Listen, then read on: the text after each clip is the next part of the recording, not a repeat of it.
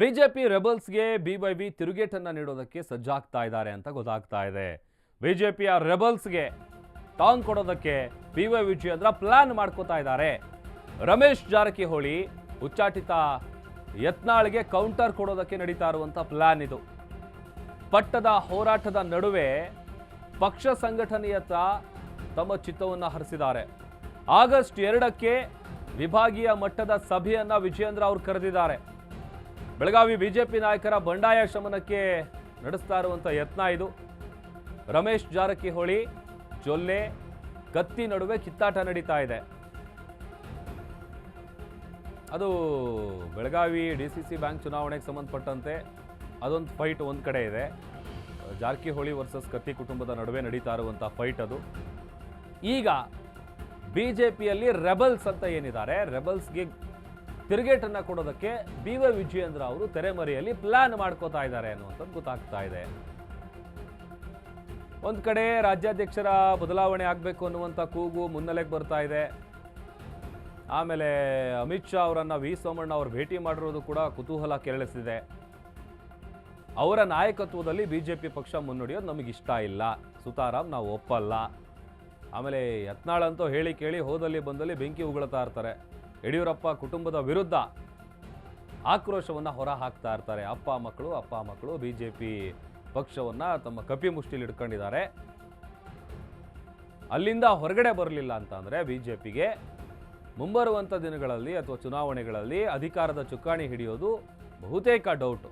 ಆ ಕಾರಣಕ್ಕಾಗಿ ರಾಜ್ಯಾಧ್ಯಕ್ಷರ ಬದಲಾವಣೆ ಆಗಬೇಕು, ಅದು ಯತ್ನಾಳ್ ಹೇಳುವಂಥ ವಿಚಾರ. ಬೆಳಗಾವಿಯಲ್ಲಿ ಪಕ್ಷ ಸಂಘಟನೆಗೆ ನಡೆಸುವಂಥದ್ದಿದೆಯಲ್ಲ, ಅದು ದೊಡ್ಡ ಸವಾಲು. ಚಿಕ್ಕೋಡಿಯಲ್ಲೂ ನಾಯಕರ ನಡುವೆ ಅಸಮಾಧಾನ ಇದೆ. ಬಾಗಲಕೋಟೆಯಲ್ಲೂ ನಾಯಕರ ನಡುವೆ ಮುಸ್ಕಿನ ಗುದ್ದಾಟ ನಡೀತಾ ಇದೆ. ಎಲ್ಲರನ್ನ ವಿಶ್ವಾಸಕ್ಕೆ ಪಡೆಯೋದಕ್ಕೆ ವಿಜಯೇಂದ್ರ ಅವರು ಮುಂದಾಗಿದ್ದಾರೆ. ಅಖಂಡ ಬೆಳಗಾವಿ ಜಿಲ್ಲೆಯಲ್ಲಿ ಸಂಘಟನೆ ನಡೆಸುವಂಥದ್ದೇ ಒಂದು ದೊಡ್ಡ ಸವಾಲು. ಪಟ್ಟದ ಹೋರಾಟದ ನಡುವೆ ಸಂಘಟನೆಯತ್ತ ರಾಜ್ಯಾಧ್ಯಕ್ಷರು ಸದ್ಯ ಮುಖ ಮಾಡಿರುವಂತೆ ಕಂಡು ಬರ್ತಾ ಇದೆ. ಆಗಸ್ಟ್ 2ರಂದು ವಿಭಾಗೀಯ ಮಟ್ಟದ ಸಭೆಯನ್ನ ಕರೆದಿದ್ದಾರೆ ಬಿವೈ ವಿಜಯೇಂದ್ರ ಅವರು.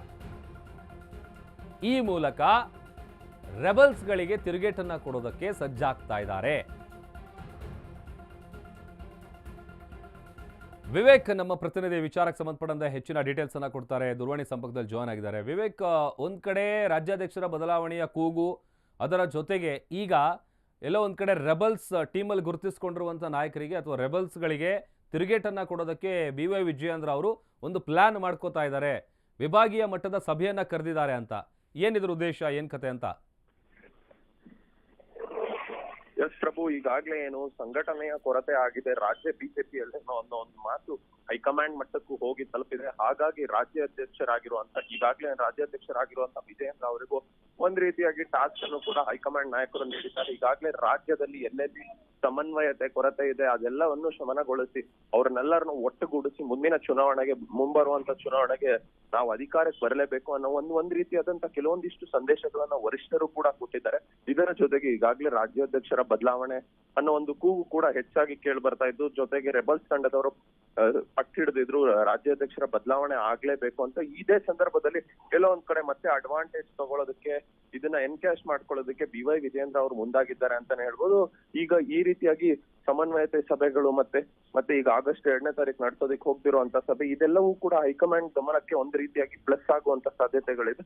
ಹಾಗಾಗಿ ಮತ್ತೆ ಮುಂದಿನ ದಿನಗಳಲ್ಲೂ ಕೂಡ ಇದನ್ನೆಲ್ಲ ನೋಡಿ ವಿಜಯೇಂದ್ರ ಅವರಿಗೆ ಮುಂದುವರಿಸುವಂತ ಸಾಧ್ಯತೆಗಳಿದೆ ಹೈಕಮಾಂಡ್ ಅಂತ ಹೇಳಿ ವಿಜಯೇಂದ್ರ ಅವರು ಸಾಕಷ್ಟು ಪ್ರಯತ್ನಗಳನ್ನ ಈಗಾಗಲೇ ಪ್ರಾರಂಭ ಮಾಡಿದ್ದಾರೆ. ಅಂದ್ರೆ ರಾಜ್ಯಾದ್ಯಂತ ಪ್ರವಾಸ ಮಾಡೋದಾಗಿರ್ಬೋದು, ಮತ್ತೆ ಮುಂಬರುವಂತ ದಿನಗಳಲ್ಲಿ ಬೇರೆ ಬೇರೆ ಜಿಲ್ಲೆಗಳಲ್ಲಿ ಸಮನ್ವಯತೆ ಕೊರತೆ ಇದೆ, ಅವರ ನಡುವೆ ಎಲ್ಲವನ್ನು ಶಮನಗೊಳಿಸಿ ಎಲ್ಲ ನಾಯಕರು ಗೂಡಿಸ್ತಕ್ಕಂತ ಕೆಲಸಕ್ಕೆ ಈಗಾಗಲೇ ವಿಜಯೇಂದ್ರ ಅವರು ಮುಂದಾಗಿದ್ದಾರೆ ಅಂತಾನೆ ಹೇಳ್ಬೋದು ಸರ್.